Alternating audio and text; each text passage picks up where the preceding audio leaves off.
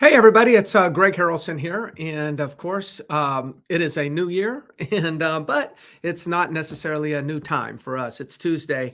It is 11:30 on the East Coast, and we are going to kick off, as usual, our weekly live, masterminding session that we do within the Real Geeks Facebook group. So let's go ahead and get going. I'm just double checking on the page just to make sure everything's transmitting great, and it seems to be. So I'm happy about that. So again, welcome to 2024. This is the first call that we're going to have.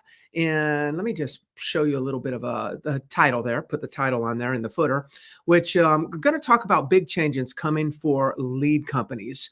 And this is a big deal, to be honest with you. I don't think it's not being talked about too much. I would imagine lead companies don't want to talk about it.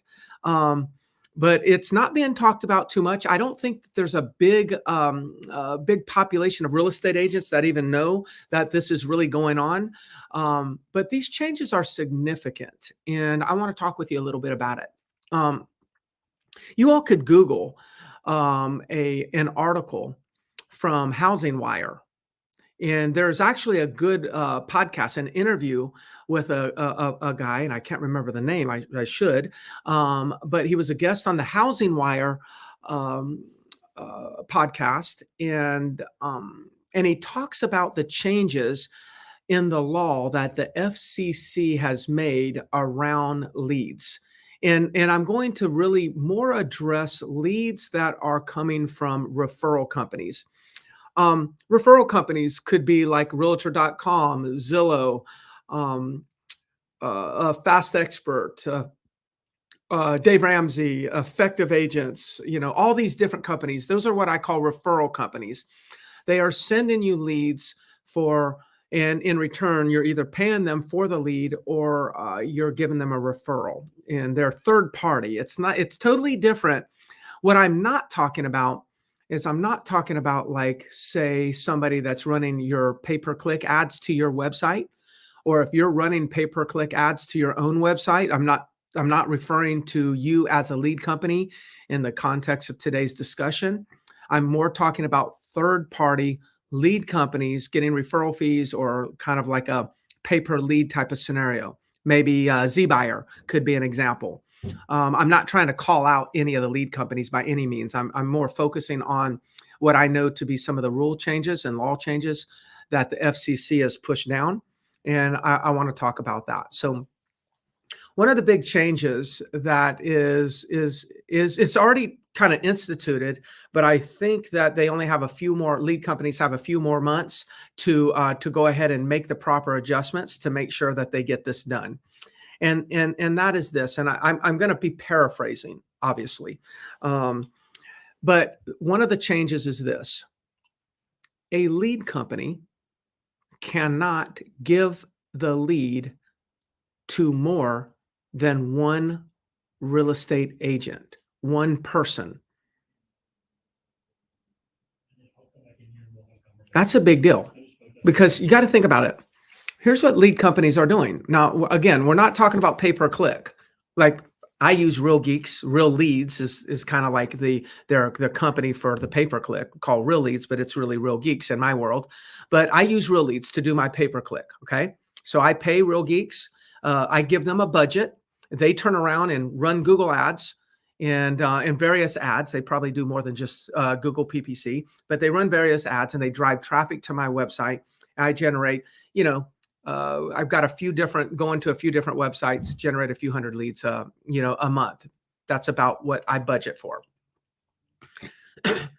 But they're running ads, sending those leads to me.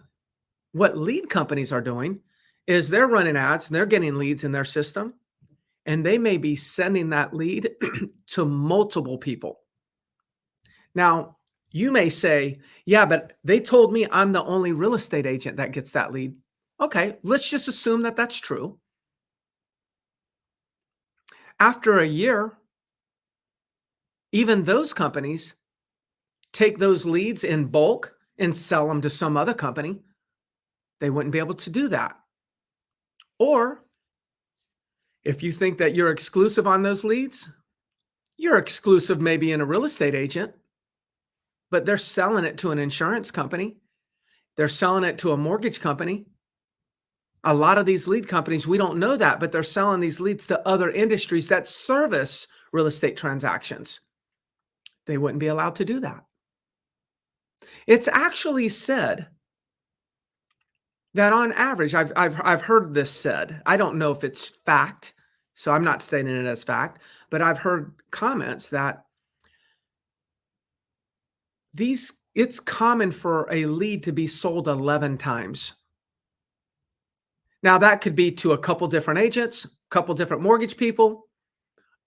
Then a year later, they could package up their dead leads and sell them to somebody else that will then turn around and retarget them and then actually try to generate new leads out of them and sell them to somebody else. So like I've heard that, a lot of times they'll be sold 11 times. I've heard some companies are going to be over 50 times. Why am I talking about this? Because what if they could only be sold one time?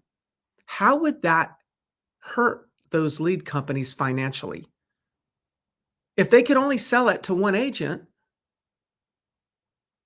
and they're used to selling it to 5 agents or 10 different companies or industries, then that would be a significant decrease in the amount of revenue that they could generate off of that lead. Now, how is that going to show up? Is that going to hurt them and now they're going to be able to generate fewer leads? Are they going to potentially eliminate the lowest producers, the lowest converters, and focus on generating fewer leads, but sending those leads to the highest converters and just not even offering those leads to the lower converting agents in their system? That's a possibility. Will they have to pull back their budget and generate fewer leads? That's a possibility. Who knows what pivot they're going to make? Now, to go a little bit further in understanding the rule change is I've seen kind of the change of the rule, and it says that they can only give the lead to one person or company. Okay. Now, this is not for the real estate industry. This is all leads, all industries. So it doesn't have real estate in the language because it's for all the different industries, not just real estate. Now, what they could do, possibly, maybe one adjustment that they may make is they may actually say, okay, generated a lead, then they tell the consumer they're going to give the lead to Greg, and they give the lead to Greg. But they might also be able to, they'll have to figure out if this complies with the law, maybe ask the lead, would you also like us to give your contact information to Joe, Sally, and John? But in my opinion, how many consumers are going to say, oh yeah, I want you to give my lead to all of these agents? Or will they just accept that they're giving it to Greg? Okay, great. And then not opt in to have all these other agents getting the same information. Because what this law is designed to prevent is people are opting into these websites and they're getting 100 phone calls and text. Now, maybe 10 agents are calling them because the leads had gone to 10 agents, but those 10 agents have like a workflow or a system where they're making 10 attempts in the first 3 days. If you had 5 agents that have an aggressive plan to try to reach them 10 times in 3 days, that'd be 50 times in 3 days. So that's a problem. People are complaining about this. So what kind of rule could be in place to prevent that? Well, then let's just make a rule that they could only give the lead to one person. If you want more information on the FCC changes, I recommend that you actually that you Google this, read up on this. I think the industry's talking about it too little, which is fine with me. I'm studying it because I want to know what changes. And here's what I wanted to share with you though. Number one, I don't know everything that's going to happen, but if you're one-dimensional in the sense that the majority of your leads come from a third-party lead referral company, I recommend that you be careful and recommend you to diversify. It'd be too dangerous right now to have all your eggs in just one basket. The second thing that I'm going to recommend is this. I would forego or do less of the referral companies, or maybe do the same amount for referral companies. But what I would be doing if you don't organically generate leads to your website and you're wanting leads, I highly recommend you start doing pay-per-click leads. Now, as I said earlier, and I don't get a commission, for saying this, but I said earlier, I'm using real leads. That's the pay-per-click, arm of Real Geeks. But the reason I say this is because you want to be responsible for generating your own leads. So if it's your website, those are your leads. You don't have this issue. So the way that we don't really have to worry about these changes is when we're taking these generating these leads on our own. And that's what you can do through pay-per-click, PPC, social media marketing, however you want to do it. I just recommend that you start taking the bull by the horns, taking charge, and start owning a portion of your own lead flow. So when you're hiring somebody to do your PPC, say like Real Geeks, what you're doing is you're just hiring them to manage it. You're paying them to manage it, to facilitate it. Totally different than if you're paying like Realtor.com a referral fee, or OpCity or a referral fee, or whoever you might be paying a referral fee. That's totally different. That's what the FCC is talking about. Somebody who's generating leads to sell leads on a secondary market. You're not generating leads through PPC to sell on a secondary market. You're generating leads for your own company, for your own self. You could be your own company, or maybe some of you are company owners and generate it for your own company. So my recommendation is do not have all your eggs in their basket. Now, I am not telling you go disconnect all of your relationships. I'm not going to. I have no plans on disconnecting any relationships that I'm having with any lead companies. Okay. But what I am doing is I'm making sure that if the lead flow was to go down, I will have already replaced it before that happens. And yes, I agree. Big players, yes, there will be loopholes. People will find it. There sure will. There's no doubt about it. Anita Anderson. Yes, I agree that, it's probably irritating as heck to be getting bombarded by, 50 texts and emails and calls in such a short period of time. So I understand why it's being done, because as an industry and in other industries, we've abused the technology and they're just getting hammered. I mean, can you imagine how many people now are using AI to actually robocall? That's in my mind. I'm not touching that. I don't even know if that's legal. Of course, robocalling's not, but AI is probably not in any laws when it comes to calls. So maybe people will think there's a loophole around that. I actually think that's going to be extremely problematic. So I'm personally staying away from it. You manage your business however you want based on your own risk tolerance, but I'm staying away from it. And it just seems like we always circle back around to the same old thing. It's just we got to be in charge of our own lead generation. Marcus, how do you think this will impact our outbound cold calling? I haven't seen, with the rules that I'm talking about, Marcus, it did not address any of that. So I wouldn't, again, in the context of the FCC and the rules, that was not the subject. The subject was lead companies selling the lead to multiple people without the consumer knowing, and the consumer getting bombarded by all these calls, texts, and emails. That they're going to put some restrictions and make sure that the amount of times that it can be sold would be significantly less.